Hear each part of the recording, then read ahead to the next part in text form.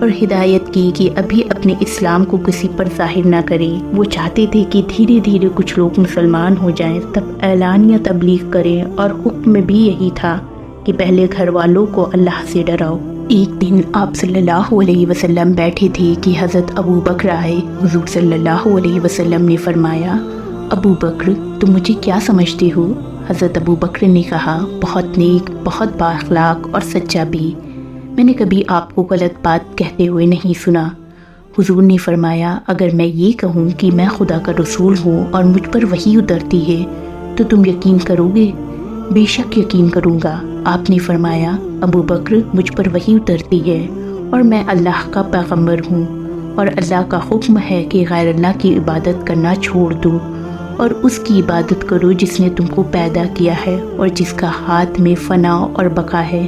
حضرت ابو بکر نے کہا، میں اس اللہ پر ایمان لایا، اور آپ کو یہ بات سن کر بے حد خوشی ہوئی، اور آپ نے حضرت ابو بکر کو اپنی سینے سے لگا لیا۔ کچھ دنوں کے بعد آپ صلی اللہ علیہ وسلم نے زید سے کہا، زید میں اللہ کا رسول ہوں، تم بھی اللہ کے دین میں داخل ہو جاؤ۔ زید بولے، میرے مالک میں آپ کو اچھی طرح سے جانتا ہوں، آپ کی باتوں میں ذرا بھی شک نہیں، آپ مجھے مسلمان کر لیں۔ حضور صلی اللہ علیہ وسلم نے زید کو بھی مسلمان کر لیا۔ اب 3 بہت ہی قریبی لوگ حضور صلی اللہ علیہ وسلم پر ایمان لا چکے تھے۔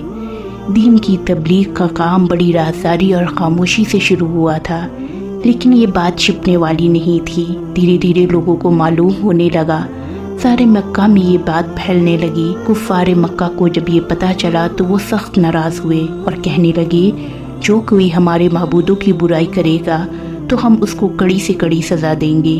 آپ صلی اللہ علیہ وسلم اللہ کے بھروسے خفیہ طور پر برابر تبلیغ میں لگے رہے۔ جو کوئی بھی آپ کے پاس آتا، چاہے وہ مکے کا ہو یا مکے سے باہر کا، آپ اس کو سامنے اللہ کا حکم بیان کر دیتے۔ شروع میں آپ اسی طرح تبلیغ کرتے تھے۔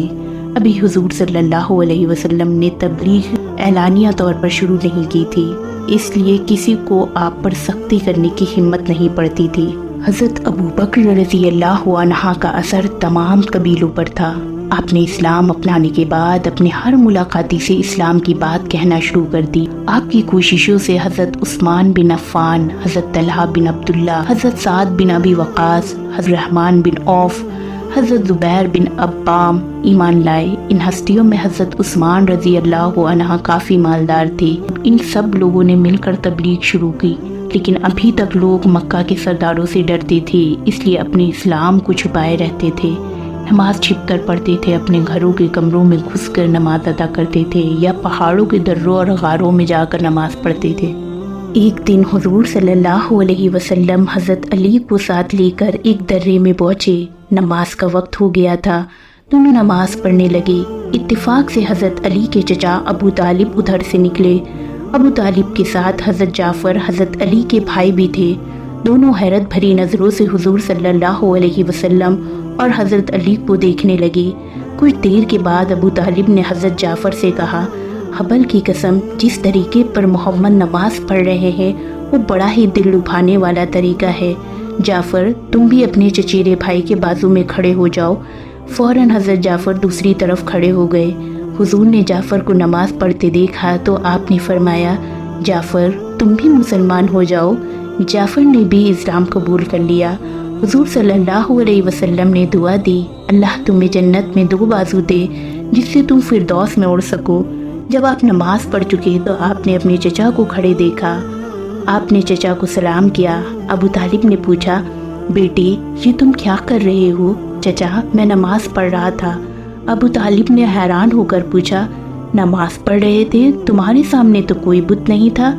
حضور صلی اللہ علیہ وسلم نے فرمایا، میں بتوں کو سامنے رکھ کر نماز نہیں پڑھتا۔ پھر کس کی نماز پڑھ رہے تھے؟ آپ نے فرمایا، اس خدا کی جس نے سب کچھ پیدا کیا ہے۔ ابو طالب نے پوچھا، نماز کا یہ طریقہ تم نے کس سے سیکھا؟ آپ نے فرمایا، جبریل فرشتے سے۔ آپ کو بحیرہ راہب کا واقعہ یاد ہے؟ ہاں یاد ہے، مجھ پر وحی نازل ہونا شروع ہو گئی ہے۔ اللہ نے مجھے پیغمبری کے لیے چن لیا ہے، مجھ پر اللہ کا پیغام نازل ہوا ہے۔ آپ نے قرآن کی تلاوت شروع کر دی۔ ابو طالب سن رہے تھے، ان کے دل پر ان آیاتوں کا ایسا اثر ہو رہا تھا کہ بدن کانپنے لگا تھا۔ جب حضور صلی اللہ علیہ وسلم خاموش ہوئے تو ابو طالب نے پوچھا، یہ کون سا مذہب ہے؟ آپ نے فرمایا، یہ ابراہیم کا طریقہ ہے، ان کا دیا ہوا یہ نام ہے اسلام، اور اس کے ماننے والے مسلمان کہلاتے ہیں۔ ابو طالب بولے، بیٹے یہ تو بڑا اچھا مذہب ہے، اللہ کی عبادت کا یہ اچھا طریقہ ہے، ہمیں فخر ہے کہ ہمارے خاندان میں نبی پیدا ہوا۔ پیارے بیٹے، تمہارے دادا کی پیشن گوئی پوری ہوئی۔ جب تم پیدا ہوئے تھے تو تمہارے دادا نے تمہارا نام محمد رکھا تھا۔ لوگوں نے اعتراض کیا، آپ نے اپنے پوتے کا نام نیا اور نرالا کیوں رکھا ہے؟ تو آپ نے کہا، اس لیے کہ میرا پوتا دنیا میں سورج بن کر چمکے گا۔ بیٹے، اب جبکہ تم پر وحی آنے کا سلسلہ شروع ہو چکا ہے اور اللہ نے تمہیں اپنا رسول بنا لیا ہے، تو یقیناً تم حجاز کے نہیں، عرب کے نہیں، بلکہ پوری دنیا میں سورج بن کر چمکو گے۔ آپ صلی اللہ علیہ وسلم نے ابو طالب کی جب باتیں سنی تو آپ نے فرمایا، چچا آپ بھی مسلمان ہو جائیے۔ ابو طالب بولے، میرا دل تو چاہتا ہے کہ میں مسلمان ہو جاؤں اور تمہارے ساتھ کھڑے ہو کر نماز پڑھوں، اندیکھے خدا کو پوجوں، پر باپ دادا کے مذہب کو چھوڑتے ہوئے شرم آتی ہے۔ جب لوگ کہیں گے کہ اپنے بھتیجے کا مذہب اپنا لیا تو کیا جواب دوں گا؟ ہاں، میں تمہاری مدد کرتے رہنے کا وعدہ کرتا ہوں، میری جیتی جی تمہیں کوئی آنکھ اٹھا کر نہیں دیکھ سکتا۔ علی اور جعفر کو میں اجازت دیتا ہوں کہ یہ دونوں تمہارے مذہب میں رہیں گے۔ ابو طالب نے حضرت علی سے کہا، بیٹا تم محمد کا ساتھ نہ چھوڑنا، جو مذہب تم نے اپنایا ہے زندگی بھر اس کا ساتھ دینا۔ ابو طالب کی اس حمایت کے وعدے سے حضور بہت خوش ہوئے۔ آپ صلی اللہ علیہ وسلم ایک دن صفا پہاڑی پر چڑھ کر مکہ والوں کو بلایا۔ جب قریب سب لوگ آ گئے تو آپ نے فرمایا، تم مجھے کیا سمجھتے ہو؟ ہر طرف سے آواز آئی، آپ امین ہیں، کبھی آپ نے خیانت نہیں کی، آپ صادق ہیں، کبھی آپ نے جھوٹ نہیں بولا۔ آپ صلی اللہ علیہ وسلم نے فرمایا، اگر میں تمہیں یہ خبر دوں کہ صبح کو یا شام کو دشمن کا حملہ ہونے والا ہے تو کیا تم مجھ کو سچا جانو گے؟ سب نے ایک زبان ہو کر کہا، بے شک سچا جانیں گے، کیونکہ ہم نے آپ کو ہمیشہ سچا پایا ہے۔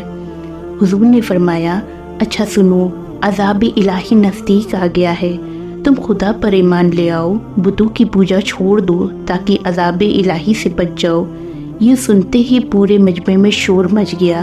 اپنے معبودوں کے خلاف سنتے ہی کفار جھنجلا اٹھے، بگڑ گئے۔ ابو لہب ہنس کر کہنے لگا، تجھ پر ہلاکت ہو، کیا تم نے اسی لیے ہمیں جمع کیا ہے؟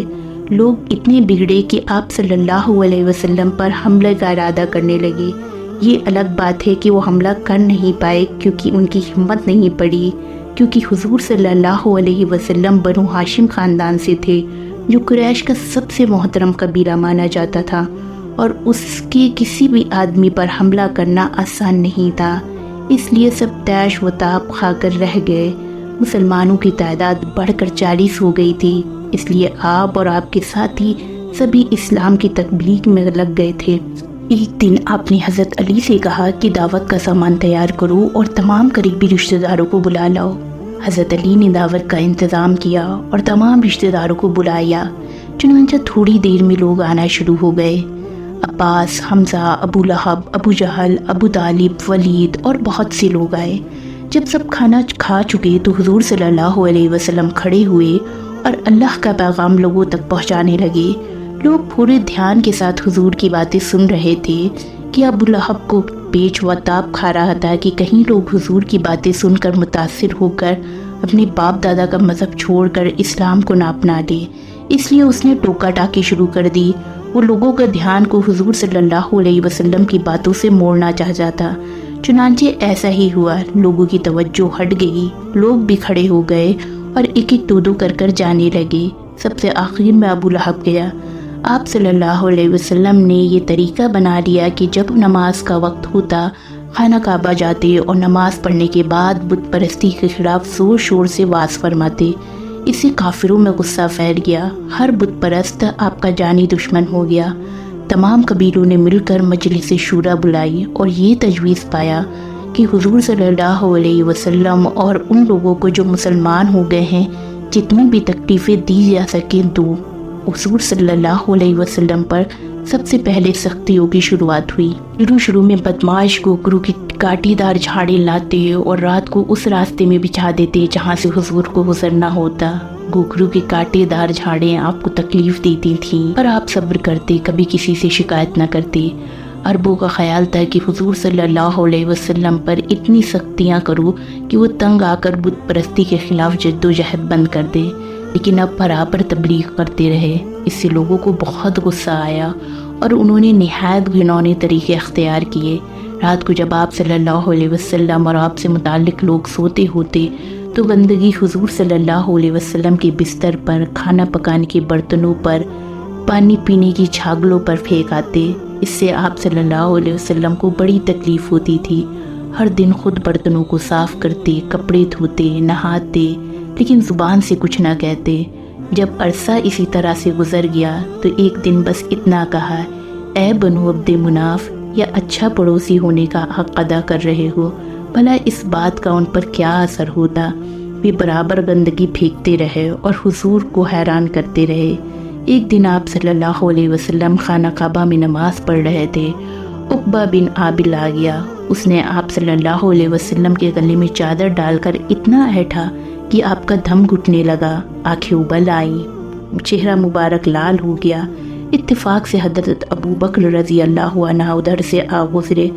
آپ عقبہ پر جھپٹے، اسے دھکیل کر ایک طرف کیا۔ اس بیچ بہت سے لوگ جمع ہو گئے۔ حضرت ابو بکر نے بلند آواز میں کہا، کیا تم ایسے آدمی کو قتل کرتے ہو جو کہتا ہے کہ میرا رب اللہ ہے؟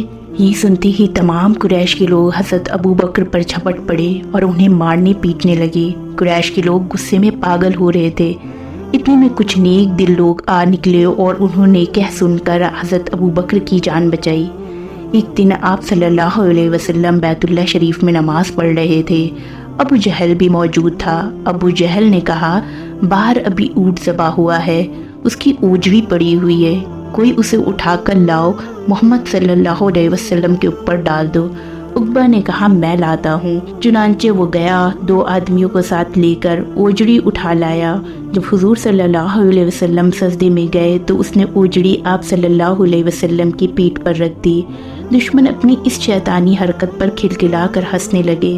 اس مجمع میں حضرت عبداللہ بن مسعود بھی موجود تھے۔ یہ مسلمان ہو چکے تھے۔ دل میں دشمنوں کی اس حرکت پر کڑ رہے تھے، لیکن کچھ کہنے یا اوجڑی اٹھانے کی ہمت نہ ہوتی تھی، چپ چاپ کھڑے رہے۔ اتفاق سے حضرت فاطمہ رضی اللہ عنہا، جو حضور صلی اللہ علیہ وسلم کی سب سے چھوٹی صاحبزادی تھیں، ادھر سے آ نکلیں۔ آپ ابھی بہت چھوٹی تھیں۔ اپنی ابا کی یہ حالت دیکھ کر بہت دکھی ہوئیں۔